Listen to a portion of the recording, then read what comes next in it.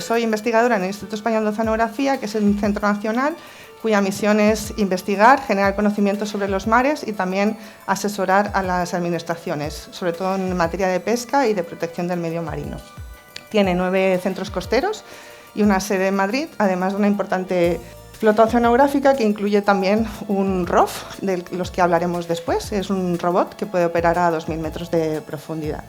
Una de estas sedes es el Centro Oceanográfico de Málaga, que actualmente está en Fuengirola, en este edificio, pero que estamos pendientes de trasladarnos a nuestra flamante nueva sede en el puerto de Málaga. Y dentro del Centro Oceanográfico de Málaga, como han dicho, soy investigadora en el Grupo de Ecología de Plancton y Retos Ambientales, que podéis ver parte de él aquí, ¿no? Somos un grupo bastante numeroso y diverso, que trabajamos en los diferentes compartimentos del plancton, desde los virus hasta el zooplancton, pasando por las bacterias y el fitoplancton, y estudiamos su diversidad y su respuesta a los cambios ambientales, sobre todo centrados en el Mediterráneo español y también últimamente mucho en el Mar Menor, aunque no exclusivamente.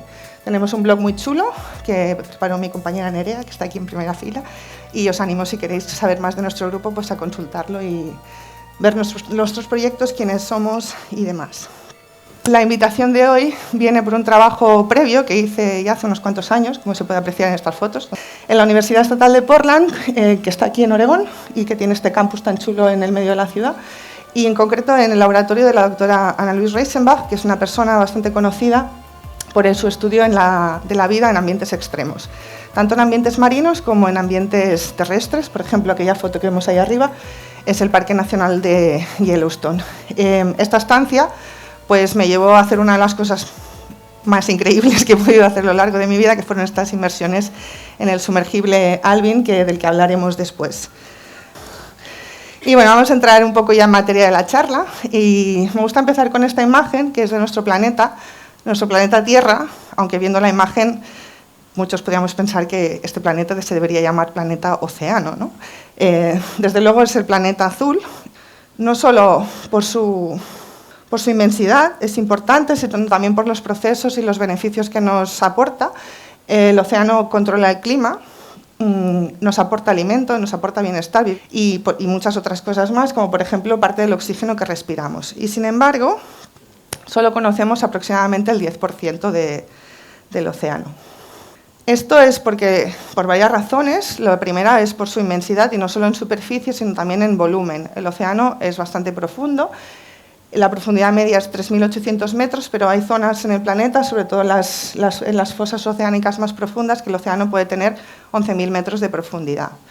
El océano, los científicos lo dividimos en diferentes capas, un poco en función de su profundidad. Entonces tendríamos la capa más superficial, que es hasta que llega hasta los 200 metros, que le conocemos como zona epipelágica, es donde llega la luz. Después vendría la zona un poco de penumbra, que sería la zona mesopelágica, que va de los 200 a los 1.000 metros.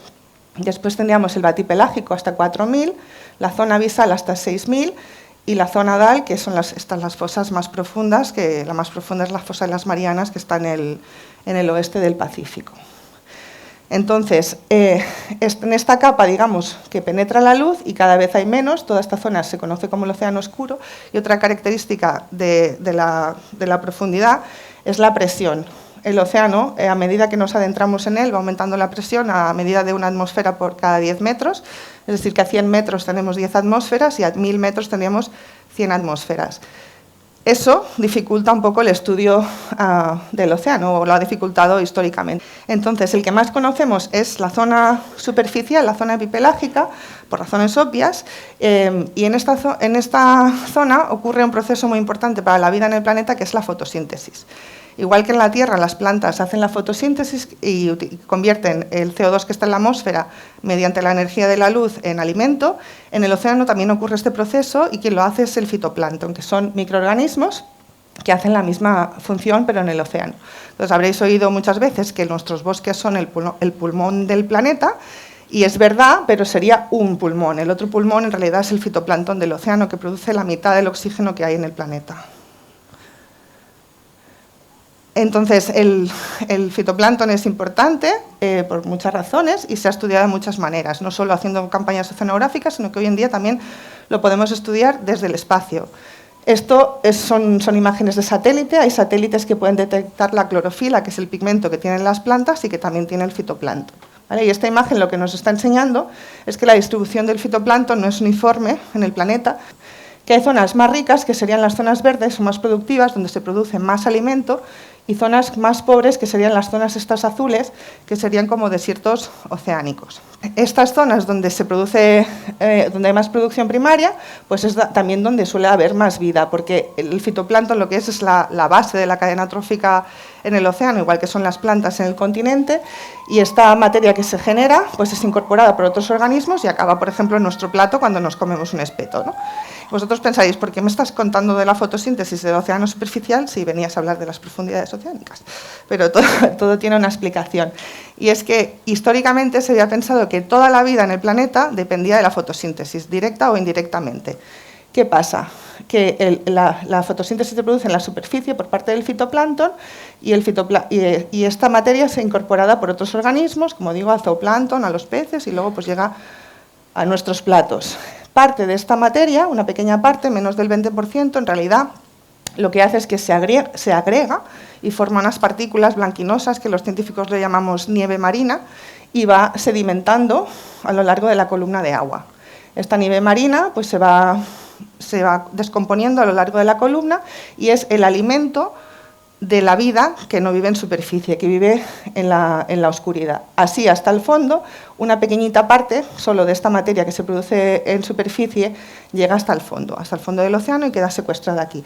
Esto tiene implicaciones en el clima y demás, pero para lo que veníamos a hablar hoy, lo que implica es que siempre se había pensado que las profundidades del océano eran desiertos de vida, porque dependían de esa nieve marina que caía de superficie y que era poca. Entonces, si vemos un poco un mapa de las profundidades del océano, aquí en tono de colores, el azul más oscuro son las más profundas. Si recordáis el mapa de la clorofila, también en estas zonas de aquí es donde hay menos producción. Entonces, si hay poca producción en superficie y sedimenta muy poco hacia el fondo, pues siempre se había pensado que las llanuras abisales, estas zonas de aquí, carecerían de vida. Y esto fue así hasta el año 1977, cuando se descubrieron las fuentes hidrotermales. Un descubrimiento que cambió un poco la concepción de la vida que tenemos en el planeta. Entonces, esto ocurrió en la dorsal del Galápagos, que está aquí. En las dorsales, las placas tectónicas se mueven y había geólogos, geoquímicos y geofísicos que tenían algunos indicios de que había surgencias de agua caliente desde el fondo de la Tierra hacia el océano, pero nunca esperaban encontrar vida allí. Por eso en esa expedición había 30 geólogos y no había ningún biólogo, nadie nunca pensó que necesitarían uno. Entonces se fueron a esta zona porque tenían esos indicios de que había fuentes hidrotermales. Y entonces se llevaron este instrumento, que es como una cámara arrastrable, el barco se va moviendo y este instrumento va tomando fotos del fondo cada 10 segundos. Entonces bajaban el instrumento 12 horas al día, que si haces los cálculos son más o menos 4.000 fotos, y entonces subían el equipo. Pensar que en esa época las cámaras no eran digitales, tenían que revelar las películas y examinar esas 4.000 fotos durante toda la noche hasta que el día siguiente podían volver a lanzar el equipo. Entonces, en una de estas fotos, que era una foto en blanco y negro, por supuesto, en esa época, vieron almejas. Y entonces no sabían por qué había almejas ahí, fueron siguiendo a través de las fotos el rastro de las almejas y una vez tenían localizadas las fumarolas, bajaron el Alvin, que lo llevaba en el sumergible, y descubrieron esta maravilla de ecosistema que son las fuentes hidrotermales y que ellos llamaron el Jardín del Edén, debido a todo el oasis de vida que se genera alrededor. Ellos buscaban estas estructuras, estos fluidos hidrotermales que emanan del interior de la Tierra con gases y que precipitan formando estas estructuras minerales. Lo que no esperaban era encontrar todas estas formas de vida un poco extrañas, un poco alienígenas, que no se parecían a nada de lo que se había visto antes. Entonces, ¿qué hicieron? Pues repetir la campaña con biólogos, porque no había ninguno a bordo. Entonces, al año siguiente volvieron, reportaron esto, pero volvieron con biólogos para que lo pudieran estudiar estos organismos que habían descubierto. Y como una imagen vale más que 1000 palabras, pues os he puesto aquí un vídeo para que veáis un poco cómo son estas estructuras, que pueden ser más pequeñas, pero también pueden ser grandes, torres de hasta 60 metros, y donde se ven los fluidos ahí y hay pues este tipo de fauna un poco extraña. Algunas se parece a cosas que vemos en otros sitios, pero casi todos son albinos, porque pensar que eso está a mucha profundidad, ¿para qué vas a tener color si no te ve nadie? Y nada, todas esto que veis aquí son microorganismos también, que ahora hablaré un poquito más de ellos. Entonces, como digo, esto cambió la concepción de la vida, porque ya pudimos entender que no todo depende de la fotosíntesis, sino que hay ecosistemas que pueden vivir en completa oscuridad, sin depender directa o indirectamente de la luz solar, a través de un proceso que se conoce como quimiosíntesis, que vendría a ser lo mismo que la fotosíntesis, pero en lugar de energía de la luz, lo que utilizas es energía química. Energía química que viene en los gases y en los minerales que surgen con estos fluidos, y que hay bacterias que son capaces de transformar. Entonces, estas bacterias en realidad pues serían como las plantas en la tierra o el fitoplancton en el mar, los productores primarios de estos ecosistemas que luego proporcionan alimento a todos los animales que allí viven. Pero bueno, vamos a ver un poquito cómo funcionan estas fumarolas hidrotermales. En este esquema he intentado reflejarlo un poquito. Entonces, aquí lo que tendríamos es el fondo, la corteza oceánica, que tiene ciertas grietas. Entonces, el agua de mar, que en estas profundidades, estamos hablando de 2, 3, 4.000 metros de profundidad, tiene 2 grados más o menos. El agua percola por estas grietas y entonces se va transformando a medida que se va adentrando en el interior de la Tierra y se va cambiando su composición química, se va calentando y va aumentando su presión y se convierte en un fluido hidrotermal que, cuando tiene una presión máxima, lo que hace es volver al fondo del mar, de hecho, y cuando este fluido, que está caliente y tiene minerales y gases, reacciona con el agua de mar, que está fría y está oxigenada, forma estas estructuras, chimeneas o fumarolas que hemos visto, que aquí he traído una, por si después alguien la quiere ver. Y forma esta pluma hidrotermal que se va mezclando con el agua de mar, y los minerales pues van precipitando también a su alrededor. Y es a raíz de estos ecosistemas que o de estos sistemas que se generan estos ecosistemas con esta fauna así un poco extraña. Pero, como he dicho, los importantes realmente aquí, no porque yo sea microbióloga, son los microorganismos, que de hecho ocupan todos los nichos posibles que hay en esta zona. Algunos, por ejemplo, los oxidadores de hierro, viven en estos sedimentos metalíferos, oxidando el hierro. Después hay otros que pueden oxidar el azufre o reducir el nitrato. Son metabolismos un poco raros, diferentes a los que encontramos en otros sitios, y de hecho estos pueden cubrir, son esas estructuras blancas que hemos visto en el vídeo, cubrir estas zonas durante metros y hasta kilómetros. Después hay muchos que son simbiontes de estos animales, ¿vale? Muchos microorganismos son simbiontes, de hecho nosotros tenemos muchos microorganismos con nosotros también, la mayoría de animales los tienen, pero estos realmente los necesitan para vivir. Y otros pues prefieren vivir en la columna de agua y utilizar también estos gases y estos reactivos que salen aquí. Pero para mí los más fascinantes son los que viven en las chimeneas directamente, ¿vale? Pensar que, bueno, hay chimeneas muy grandes, pero muchas son como esta, ¿vale? De más o menos de tamaño o de grosor, que es pocos centímetros. Entonces, aquí lo que pasa es que el fluido hidrotermal, que sale a 400 grados de temperatura, se mezcla rápidamente con el agua de mar, que tiene 2 grados, entonces en muy pocos centímetros tenemos un gradiente muy abrupto de temperatura, donde diferentes microorganismos pueden aprovechar esos diferentes nichos. Y hoy en día sabemos que lo máximo es 121 grados. ¿Vale? A estas presiones el agua no hierve a 100 grados, hierve por encima.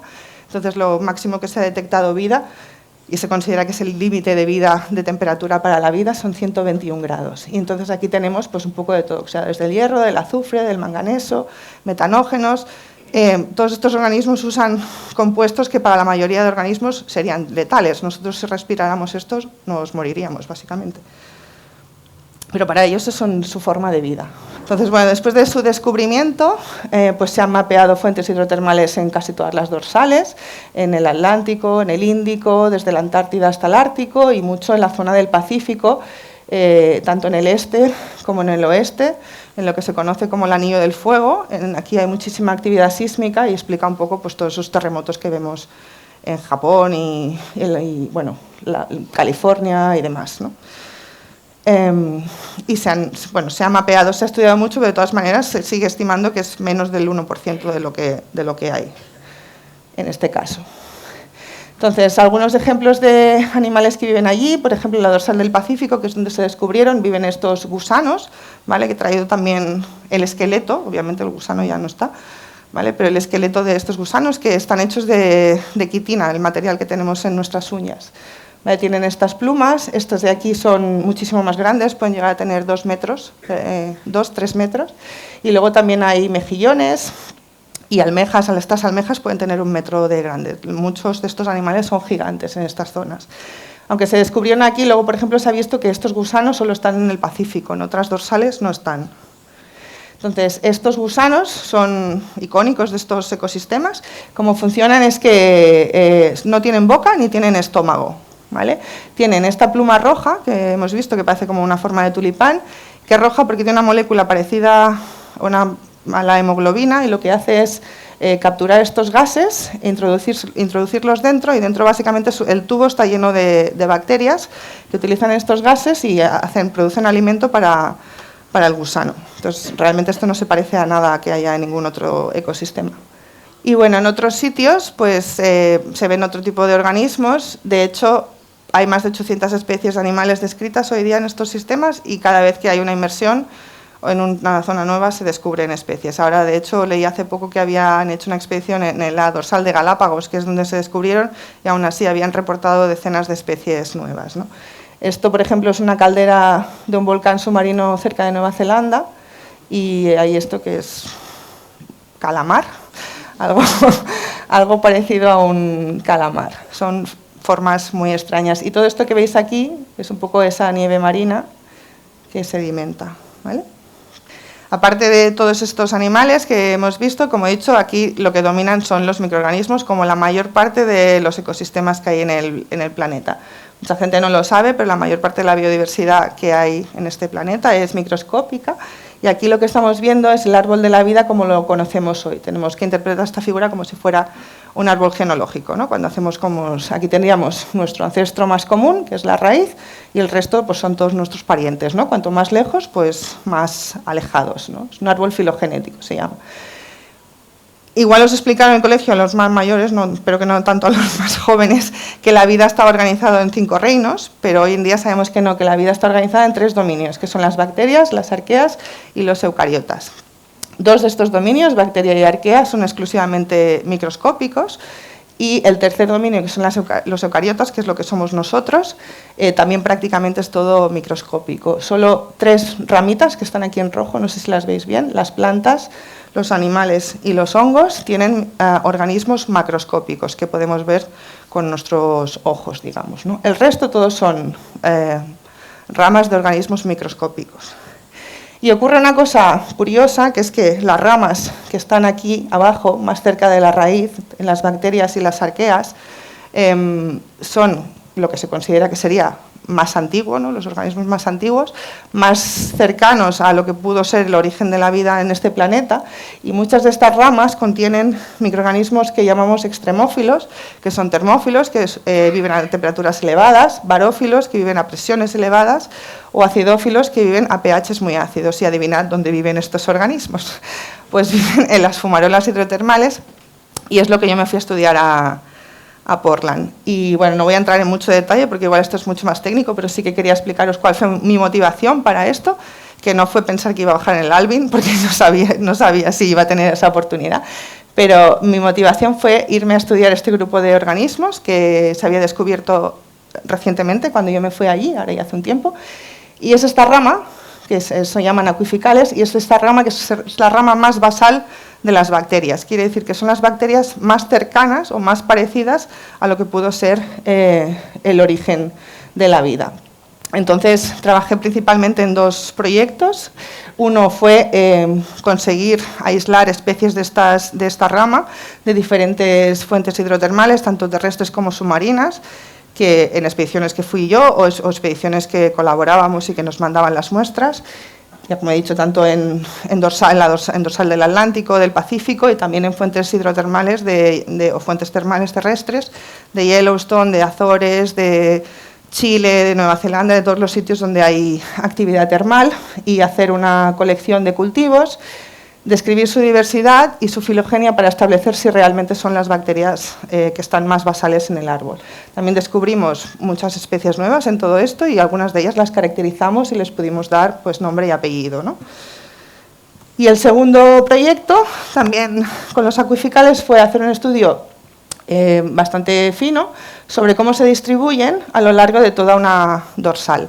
Y esto lo hice con muestras de la dorsal que está aquí, en el oeste del Pacífico, que es la zona de Laos y de Tonga, que igual os suena que el año pasado hubo una erupción volcánica brutal en Tonga, que está cerca de Fiji, pues esta es esta zona. En la parte norte de esta zona las placas están separando, es una zona de divergencia, se llama, y en la parte sur es una zona donde una placa se está metiendo por debajo de la otra, se conoce como una zona de convergencia. Entonces, la geología del sistema es muy diferente, las estructuras que se forman son muy diferentes y eso hace que la química de los fluidos también sea muy diferente. Entonces, lo que queríamos ver es si esto afectaba a la biología y no solo a los macroorganismos, sino también a los microorganismos. Entonces, hicimos un estudio muy bonito pues, que muestra esta relación y que las especies realmente que vivían en cada zona eran diferentes.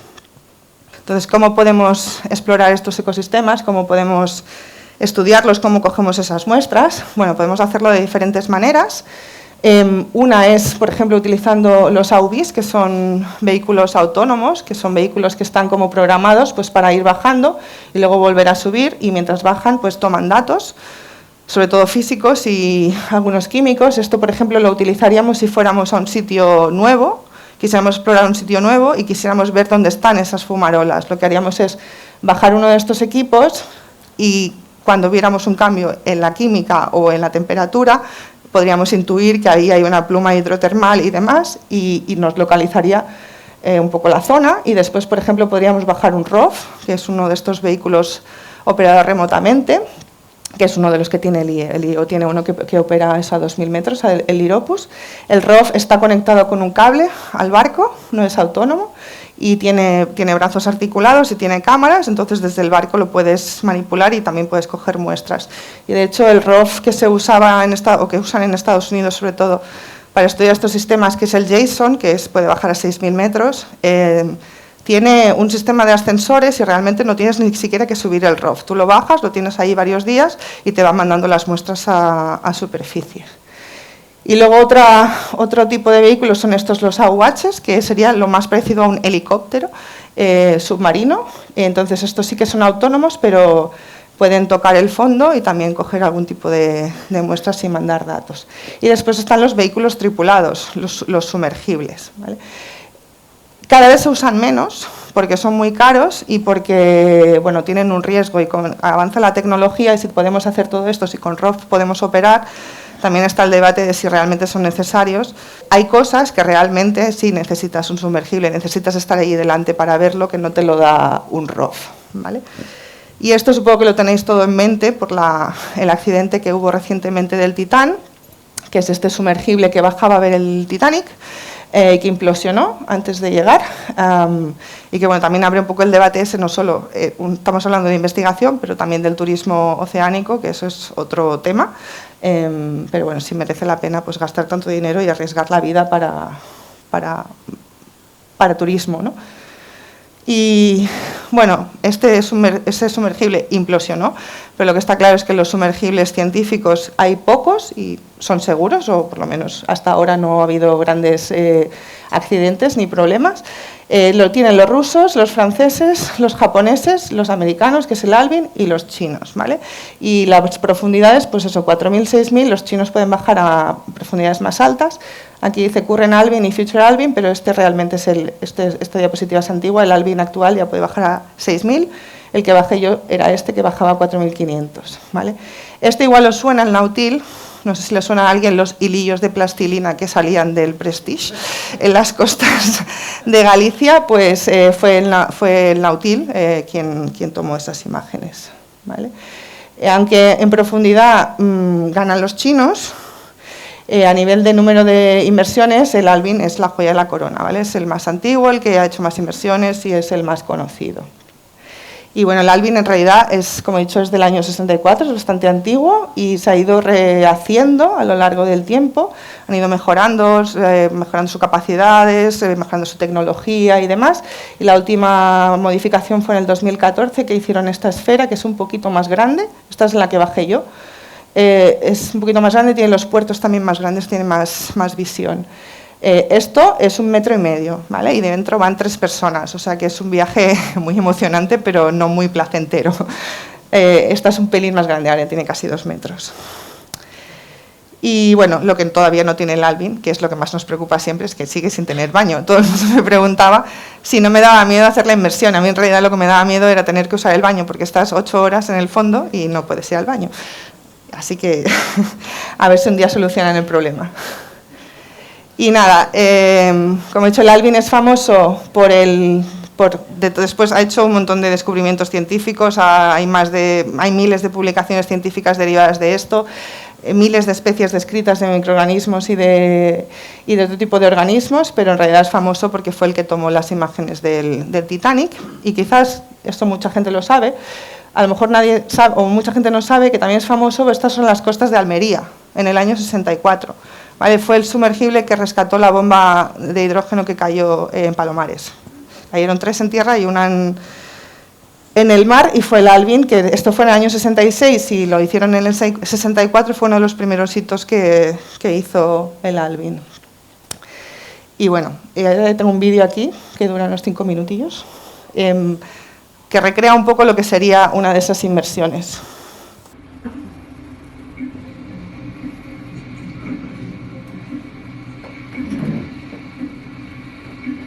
Bueno, lo primero sería irnos al sitio donde quisiéramos ir. Yo bajé más o menos por aquí, cerca de Costa Rica y México, más o menos. Ahí llegamos con un barco, es el Atlantis, es el barco que lleva el Alvin. En realidad los científicos volamos, allí el barco sale, en este caso, de la costa este de Estados Unidos, y va hasta allí, y esto sería como se entra al sumergible.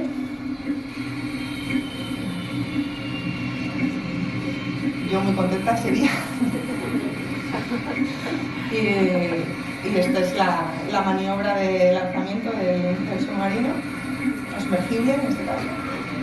Pues la tripulación, bueno, de la tripulación del Alvin comprueba que todo esté bien, que todo esté seguro.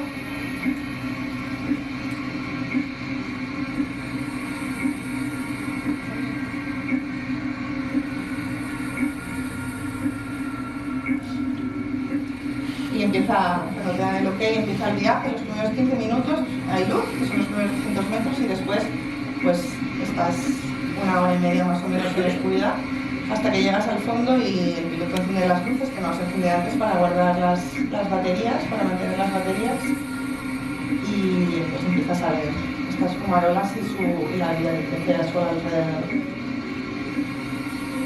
¿Se ve bien? ¿Desde ahí? Sí.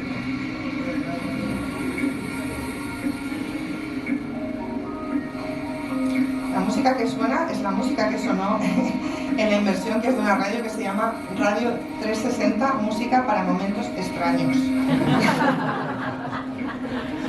La puso el piloto. Esto a veces te puedes encontrar en medio de una erupción volcánica. Ha pasado.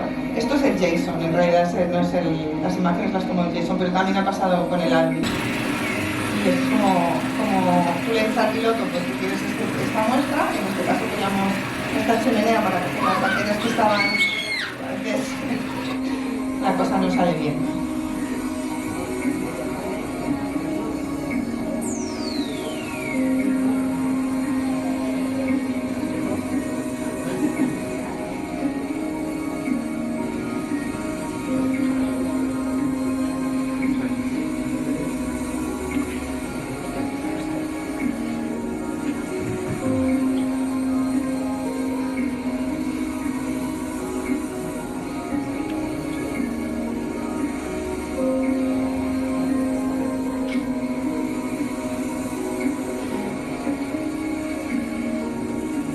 Estos son esos tapetes de microbios que forman esas masas, y a veces te encuentras con pulpo dumbo.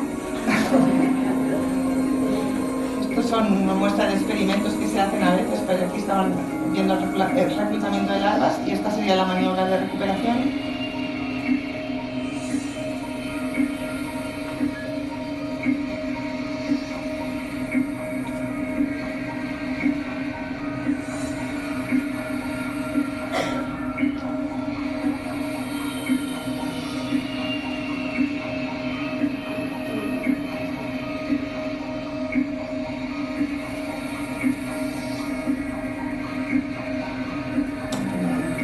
Estos raíles y tiene como una casita para dormir ya hasta el día siguiente. Como he hecho esta investigación, aparte de generar conocimiento en nuestro planeta, también debido a esa posible relación con el origen de la vida, también se estudian como análogos de vida posible vida en otros planetas y de hecho parte del proyecto en el que yo trabajé lo financiaba la NASA. Mucha de esta investigación la financia la NASA porque tiene ese interés. Y aparte de eso, estudiar estos organismos, como he dicho, viven a temperaturas elevadas. Nosotros llamamos nuestro zoo microbiano, aislamos organismos y esos organismos después también se pueden utilizar con fines más biotecnológicos, como por ejemplo para la famosa PCR, ¿no? La PCR que seguro que todos ya sabéis lo que es. La PCR de hecho se pudo desarrollar gracias al aislamiento de una bacteria termófila, en este caso de Yellowstone, pero hoy en día pues, se hace también con organismos del fondo del océano. Estas son las primeras imágenes que tomó el Alvin del Titanic.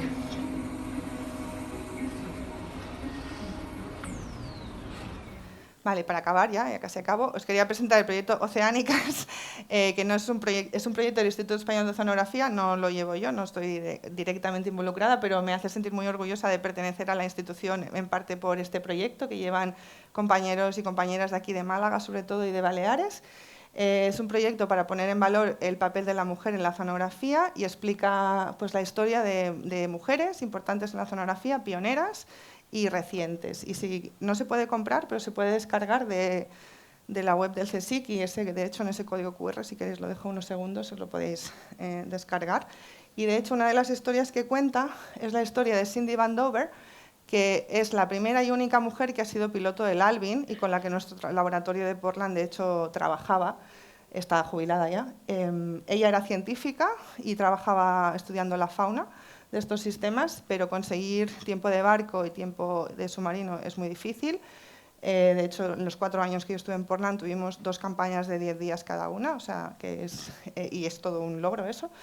Entonces ella pensó que pues, para ver el fondo más frecuentemente, pues qué mejor que hacerse piloto del Alvin. Y durante unos años fue piloto y así llevaba a los demás científicos y aprovechaba ella también para hacer las observaciones de los organismos que ella estudiaba. Y ya está, bueno, agradecer no solo a las instituciones más relacionadas con la investigación que he presentado hoy, sino a todas las instituciones que me han financiado a lo largo de toda mi carrera, desde la universidad hasta el Instituto Español de Oceanografía y los ministerios que financian mi investigación hoy en día, y gracias a Encuentros con la Ciencia y al Corte Inglés por permitirme dar esta charla hoy. Y nada, también quería agradecer a Karen Bondam, que era la líder de las 2 expediciones en las que yo participé.